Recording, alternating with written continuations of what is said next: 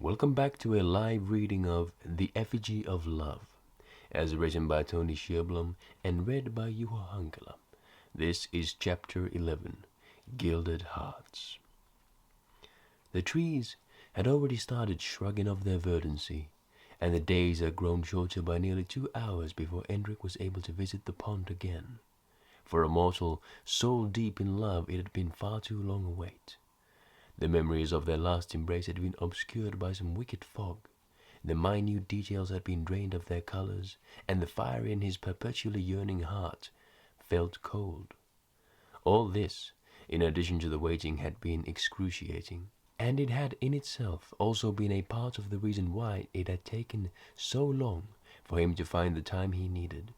You see, in his longing, Hendrik had grown forgetful and absent-minded, turning even the simplest chore into a Herculean task. With the harvest season behind them, these traits were most unwelcome ones. As usual, when and where money was concerned, his father had allowed no mistakes to be made when counting every coin, grain, vegetable, cattle, sheep, or farmer's head, all under a veil called taxes, done in the name of greed. Oh, how Hendrik loathed that cardinal sin. Greed was a powerful corrupter that turned an otherwise grey world into black evil, where the lords and ladies reaped what others had sowed. Silently, he cursed the seasonal change that so shackled him to this desk. His back was aching from sitting hunched over books and ledgers all days. His fingers were either numb from working or throbbing with pain from the punishment received for slacking.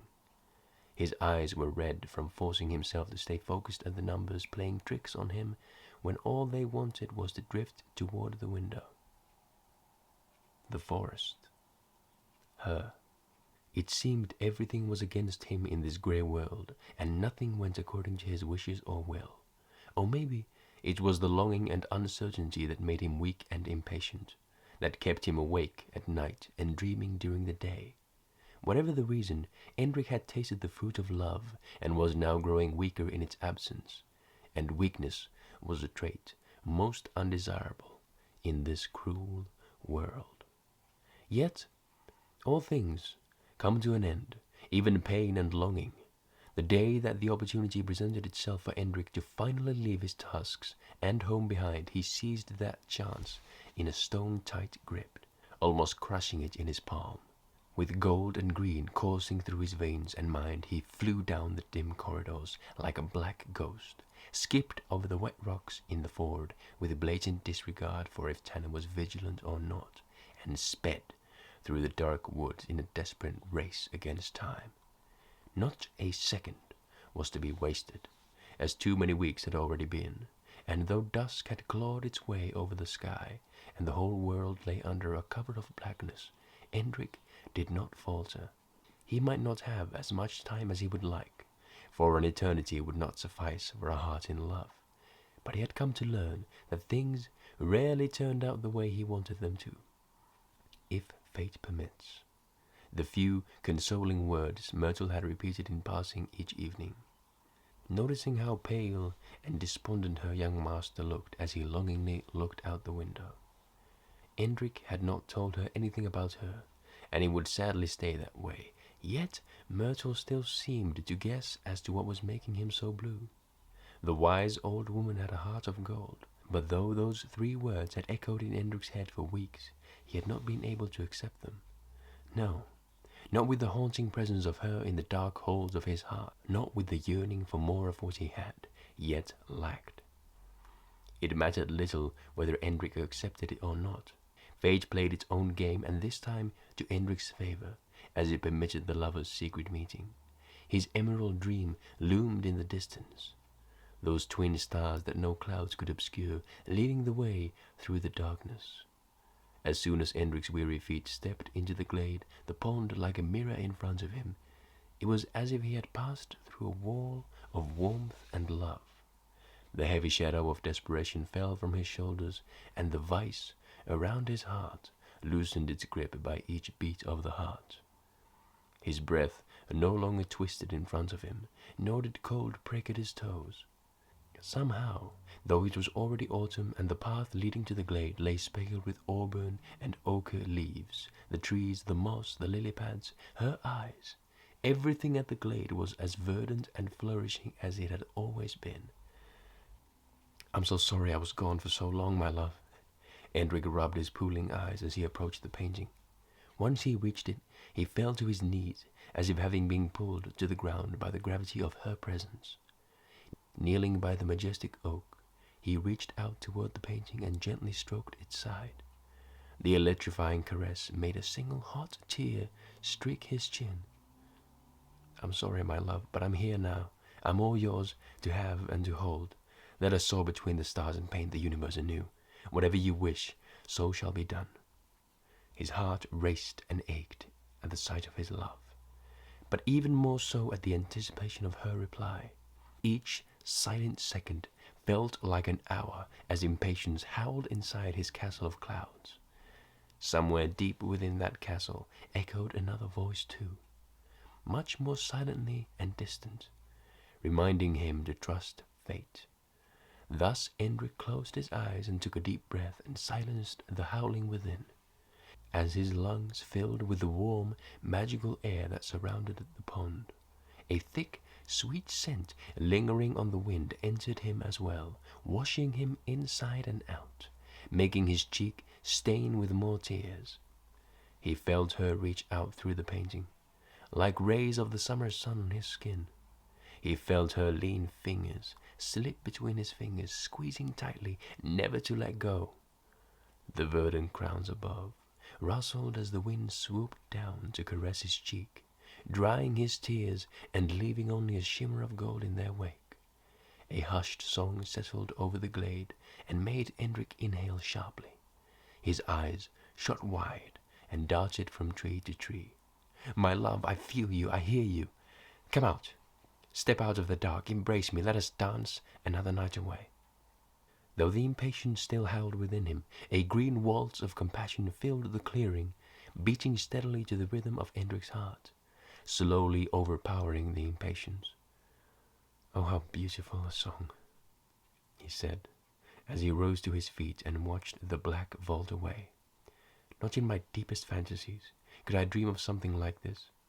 I'm ready, my love. Let us sing and dance together, for my aching heart desires so." Closing his eyes, the song grew louder and louder until it washed over him wholly, crashing over him from between every tree surrounding the glade. The waves of color surged against the pitch-black night, turning the crystal-clear pond into a shimmering oasis of beauty, making the whole grove light up with love. Her symphony burned in his veins and pounded in his chest like a smith's hammer mending his aching heart. Hendrik stood still like a slab of marble, utterly enthralled by his wishes coming true. The colors washed over him like a chisel, slowly stripping him of all grey filth and blue longing. Once Hendrik felt light as a feather. He looked back to the painting and said, "Though you speak not a word, you tell more than 1,000 words. If ever the claws of longing return and make me weep and despair, I'll remember your song."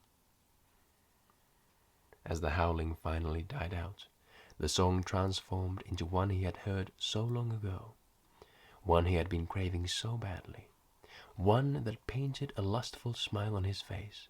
He closed his eyes, filled his lungs with her, and said, "Take my hand, and I will gladly join your song. Let us fly across the world and paint it anew, as we did in my chamber, when I traced your dance across the canvas, or when we soared past the stars.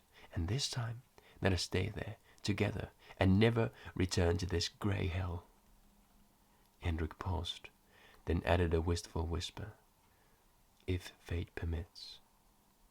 As if struck by a fit of madness, or drunk on love, Hendrik saw her step out of the painting, lean fingers curling around the edges, slowly pulling her lithe, voluptuous body through the frame. He could feel her heartbeat and warmth push against him like a shimmering aura that slowly but surely embraced him, lifting him higher than even his spirit. Hendrik spread his fingers and reached out toward her. His hand slipped around her waist, skin smooth as silk, radiating in its beauty and warmth. And as he pulled her closer, the colors of her heart stained his fingers. For each steady beat underneath his fingertips, more colors seeped through, running down his fingers, drenching his hand, dripping from his elbow and pooling on the ground until they floated in a sea of colorful love. That was it. Endrik held everything he had prayed and yearned for in his arms. This entity was his princess and savior both, her golden heart, the ultimate treasure and the happiest of endings. It was the most beautiful story ever told, not only to Endrik, but the whole world. And as their hearts fused into one, and the song of their souls echoed in the void that was the world, time was once more erased. Space was an unknown concept, only they remained. The earth stopped rotating, the stars stitched the night together, the moon fought to keep dawn away. The whole universe rooted for them, rejoicing in the colors they spread over the grey world. But no being, divine or celestial, was more elated than they were, their limbs and dreams entangled. They drank deep from each other's love, stoking the fires inside of them, one smouldering red, the other blazing green, together burning away the filthy grey. Alas, though the founts of love were bottomless, the sun eventually won the fight against the moon, making the stars flee into the unknown and earth continue its revolution. As Endrik opened his eyes, he found himself sprawled on the ground in front of the great oak, in a dazed yet euphoric state, with a painting of her sitting next to him. Though the picture was unmoving, he still smiled. Though he knew what was ahead, he still smiled, and why wouldn't he? He had found the gates of heaven and carried the key in his heart. Pushing himself up from the wet ground, he looked up at the grey sky. It was most certainly dawn, yet for some reason he did not even care how many times the bells had tolled. Nor did he care that he was filthy and wet. He felt no rush, no urgency, no fear, only a deep sense of calm and belonging. Nonetheless, he had to return to the castle. But maybe there was a way to stay, or better yet, to leave, and never have to go back. The answer to the question came as swiftly as the thought had. He looked down at her, hiding behind the great oak in the painting, and said, "My love, though I'll have to leave you yet again, one day I won't have to return to that accursed place. I'll spend every waking hour figuring out a way to stay with you, always and forever. But until then, I swear upon my honor and unbridled love for you that you won't have to wait long until we meet again. I'll seize every chance to be with you. Nothing can stop me." Though Endrik was granted no reply, it did not deter him. No, in one night his impatience and distress had been transmuted, molded, and tempered into an unbending resolve, a resolve he would use as a hammer and forge his own destiny.